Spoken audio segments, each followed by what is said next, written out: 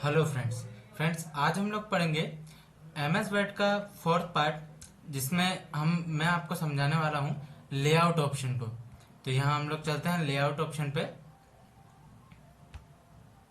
Layout में क्या क्या होता है, यहाँ पर हम मेनली पेज के लेआउट के बारे में बात करेंगे। सारी चीजें जो है वो पेज के डॉक्यूमेंट्स के लेआउट के बारे में ही हमको बताएंगे। तो यहाँ पर सबसे पहला ऑप्शन है हमारे पास मार्जिन का। तो इसके थ्रू मार्जिन के ऑप्शन इसके थ्रू हम लोग हमारे पेज की जो मार्जिन है उसे सेट कर सकते हैं। जैसे हमें कोई नॉर्मल डॉक्यूमेंट होता है तो वो इस नॉर्मल फॉर्मेट में चाहिए होता है, जिसमें कि जो इसकी height weight top bottom right से सब तरफ से जो 2.54 होती है सेंटीमीटर की, और नैरो होता है जिसमें आपकी जो नैरो के जो लाइन है मार्जिन उसमें थोड़ा सा और कम हो जाता है। तो यहाँ से आप अपनी जो मार्जिन है उनको सेट कर सकते हैं। इसके बाद होता है ओरिएंटेशन। ओरिएंटेशन में दो चीजें होती है, एक तो पोर्ट्रेट और एक होता है लैंडस्केप। पोर्ट्रेट में आपका जो पेज है वो बेसिकली हमेशा जब भी आप पेज ओपन करोगे तो वो आपका पोर्ट्रेट में ओपन होता है, और आप अगर जैसे उसको लैंडस्केप में करना चाहते हैं तो उसे लैंडस्केप में भी कर सकते हैं। अब हुआ साइज की बात। अब यहाँ पे है साइज। साइज में अलग अलग होते हैं कि जिस तरीके का आपको डॉक्यूमेंट बनवाना है। जैसे लीगल डॉक्यूमेंट होता है उसका अलग साइज होता है, स्टेटमेंट का अलग साइज होता है, A3 साइज, A4, A5, जो हम लोग A4 साइज जो कि हम लोग सबसे ज्यादा यूज करते हैं, और एक लेटर पैड का जो लेटर टाइप जो होता है उसका जो साइज होता है वो अलग होता है। तो यहाँ से हम उनके साइज चेक, और यहाँ नीचे मोर पेपर साइज से हम लोग और पेपर के जो साइज हैं वो भी यहाँ पर चूज कर सकते हैं। इसके बाद है हमारे पास कॉलम का ऑप्शन। कॉलम के ऑप्शन में क्या होता है कि यहाँ हम लोग कॉलम्स डिवाइड कर सकते हैं। जैसे हम लोग का कभी कुछ बनाते हैं तो हमें टेबल्स तो बनानी होती है। इसके अलावा भी हम लोग अगर चाहें तो हम नॉर्मली वे में जाकर भी कॉलम्स यहाँ पर डिवाइड कर सकते हैं। जैसे मैंने क्या किया, ये जो मेरा पैराग्राफ लिखा हुआ था मैं इसे पहले नॉर्मल करता हूँ। मैंने इसे नॉर्मल किया। अब ये मेरे पूरा पैराग्राफ लिखा हुआ। अब मैं इसको क्या दो पार्ट में डिवाइड करके यहीं पे लिखना चाहता हूँ। तो मैंने क्या किया, मैं गया कॉलम पे और यहाँ पे मैंने इसको 2 पे क्लिक किया। तो ये क्या है, पूरा का पूरा दो पार्ट में डिवाइड हो चुका है। इसके बाद फिर मैं गया, फिर से मैंने इसको 3 पार्ट में कर दिया। तो ये जो है वो पूरा के पूरा हमारा जो है 3 पार्ट्स में डिवाइड हो चुका है। तो यहाँ जैसे हम लोग कई चीजों में देखते हैं कुछ रैपर्स निकलते हैं तो उनमें जो नोटिफिकेशंस और जो डिटेल्स लिखी रहती है वो इसी तरीके की चीजों इसी तरीके की होती है। जैसे इसमें मैंने किया तो ये फोर्थ, ये लेफ्ट साइड में हो गया, राइट साइड में भी हम इसे कर सकते। इसके अलावा भी यहाँ पर हमारे पास और ऑप्शंस मिल जाते हैं मोर कॉलम में। यहाँ पे जाकर हम और तरीके के कॉलम्स कर सकते हैं। अब मैंने इसको वापस 1 पे सेट किया। अब आया है पेज ब्रेक। ये ब्रेक का ऑप्शन जो होता है इसके थ्रू हम हमारे पेज को ब्रेक कर सकते हैं। यहाँ से जैसे यहाँ से अगर मुझे पेज को ब्रेक करना है तो मैं इसके थ्रू जाकर पेज को यहाँ से ब्रेक कर सकता हूँ। तो ये पेज के जो भी डॉक्यूमेंट था वो अगले पेज में पहुंच जाएगा। अब इसमें और ऑप्शन है कॉलम का।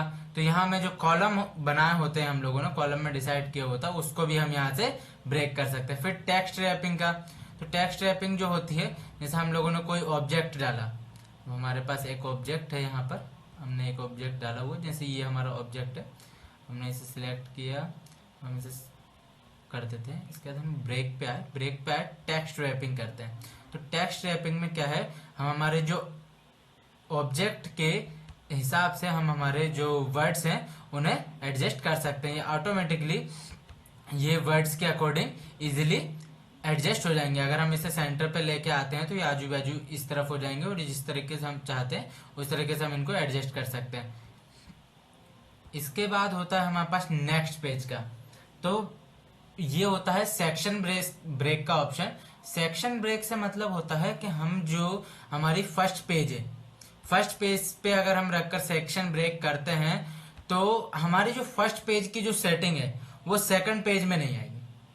मतलब हमने जितनी भी फॉर्मेटिंग जो भी सिस्टम लगाया हुआ है, जो भी हमने अगर हमने वहां पर कोई मार्जिन सेटअप की है, ओरिएंटेशन सेट किया है, या साइज या कॉलम, जो पेज सेटअप जो फर्स्ट पेज की हमने की हुई है वो नेक्स्ट पेज में नहीं आएगी।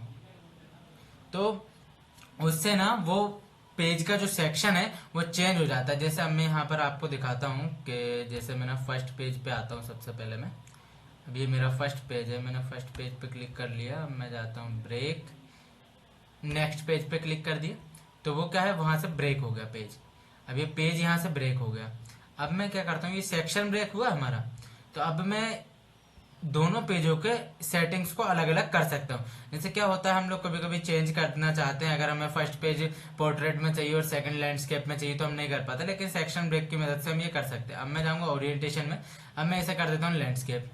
तो आप देख सकते हैं मेरा फर्स्ट पेज तो वही साइज में है, बट दूसरा पेज जो है वो लैंडस्केप में आ चुका है, और उसके बाद अगले जितने भी पेजेस हैं वो सारे के सारे लैंडस्केप में आ गए।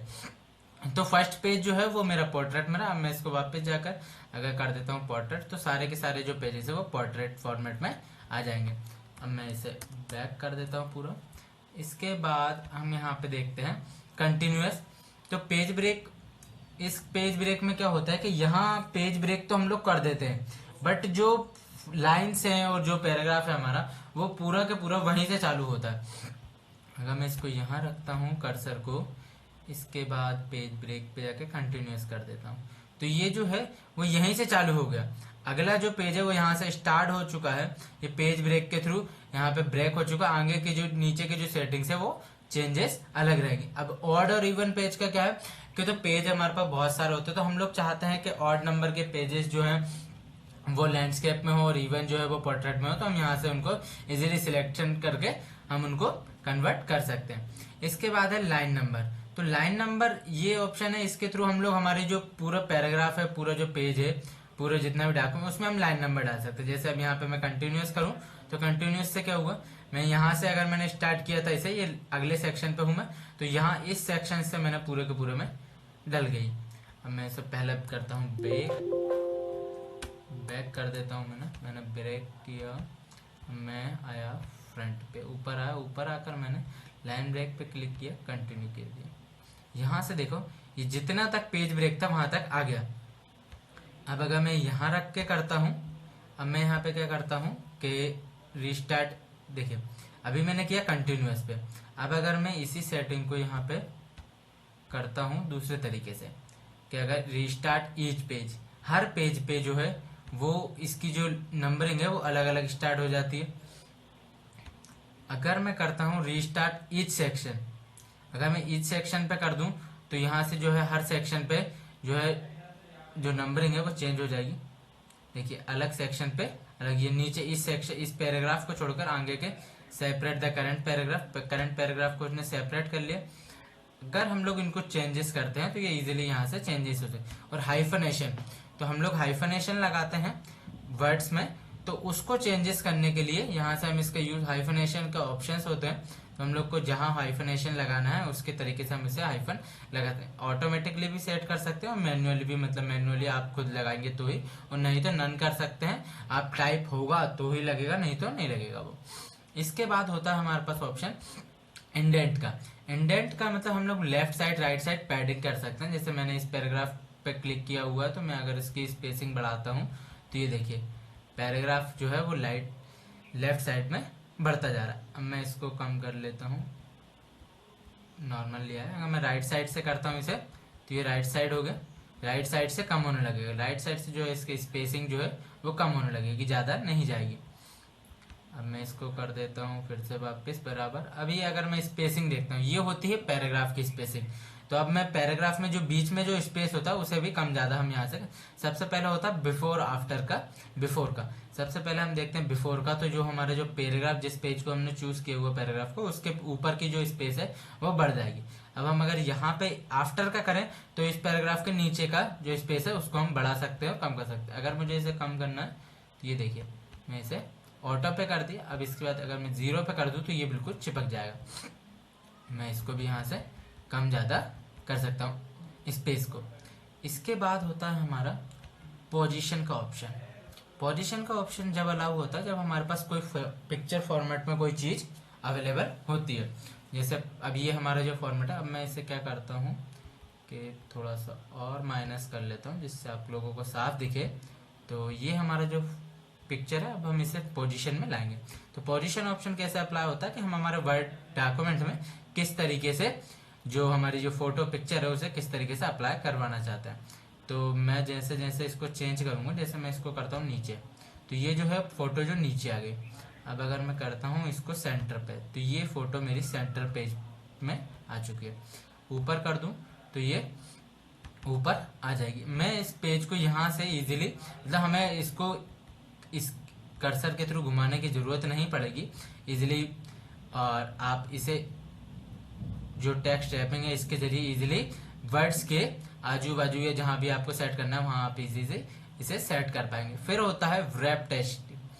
तो रैप टेस्ट में क्या होता है कि अगर जैसे आप पिक्चर कोई भी नॉर्मली इंसर्ट करते हैं तो ये क्या होता है कि ये आपकी आती है एक नीचे, तो जैसे नीचे आ जाए या ऊपर आ जाए, तो आप अपने को करना क्या होता है कि हमें इसे यहाँ पे वर्ड पे अगर लेके आना है तो वो आती नहीं है इजीली।